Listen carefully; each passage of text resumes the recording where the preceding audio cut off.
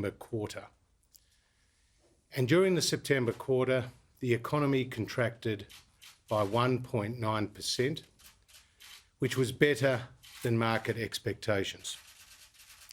Growth remains 3.9% higher through the year. Today's result is no surprise. It confirms what we already know. But it is the third largest quarterly contraction on record, following the 6.8% fall in the June quarter last year and a 2% fall in the June quarter in 1974. Today's national account numbers are very much a lockdown story. Sydney Metro was in lockdown for the entire September quarter, while Melbourne Metro was in lockdown for about 2/3 of that period. In response to the lockdowns, the Morrison government provided very significant economic support. We established the COVID disaster payments, which provided $12.9 billion to around 2.4 million Australians who lost work, and we partnered with the states to provide around $13 billion in business support to those who are affected. At the same time, $10.2 billion in tax relief flowed to 11.5 million Australians in the September quarter. These were the largest tax cuts to flow in a single quarter for over 2 decades. Today's national accounts reveal the stark difference in outcomes experienced between those jurisdictions that were in lockdown and those that were not. The New South Wales economy contracted by 6.5%, the ACT's economy by 1.6%, Victoria's economy by 1.4%. While growth in the other 5 states and territories continued to rise, up 1.6% collectively for the quarter. The key driver in today's national account numbers was the 4.8% fall in household consumption, the second largest in Australia's history. Driven by the health restrictions, spending fell in 11 out of 17 consumption categories, including falls of more than 40% in transport services and more than 20% in hotels, cafes, restaurants, clothing and footwear. With thousands of businesses forced to close their doors, new business investment declined by 1.1%.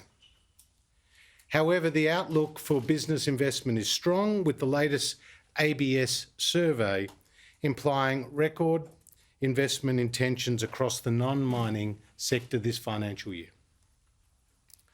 Dwelling investment grew by 0.1% in the September quarter, its 5th quarterly rise, and is 11.4% higher through the year. There is a strong pipeline of construction activity, assisted by programs like Home Builder, with 153,000 home approvals to the year to September. New public final demand was strong, up 3% in the quarter. So too was net exports, which contributed a full percentage point to GDP growth. Rural exports were up significantly, 47% through the year. Both the terms of trade and the trade surplus are now at record highs.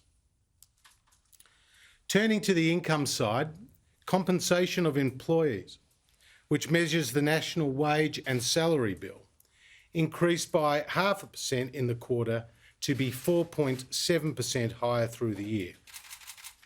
Both household and business balance sheets saw improvements in this period as a result of significant policy support provided by government. Household disposable income rose by 4.6% in the quarter to be 2.9% higher over the year. Increased social assistance benefits and tax cuts help contribute to this outcome. With millions of households in lockdown, the savings ratio spiked to 19.8%. This is money that will be spent across the economy as restrictions are eased and Australians go about their daily lives. While today's national accounts are a clear reminder of the heavy economic costs of lockdown, there is good news for our economy in that the lockdowns are behind us.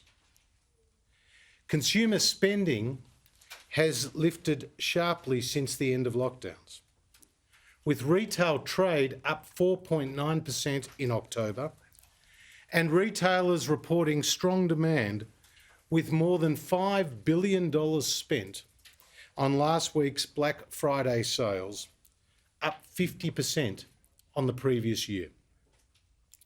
Supported by government tax incentives, non-mining investment is expected to reach a record level of over $100 billion this year.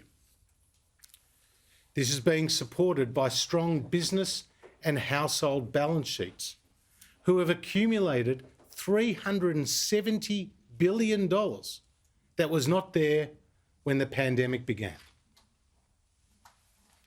The Australian economy is recovering strongly, and nowhere is this more clearly shown than in the labour market, with 350,000 jobs coming back since the start of September.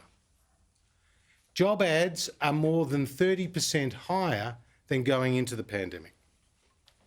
And we're on a pathway to see unemployment at below 5% for a sustained period, only the second time that has happened in some 50 years.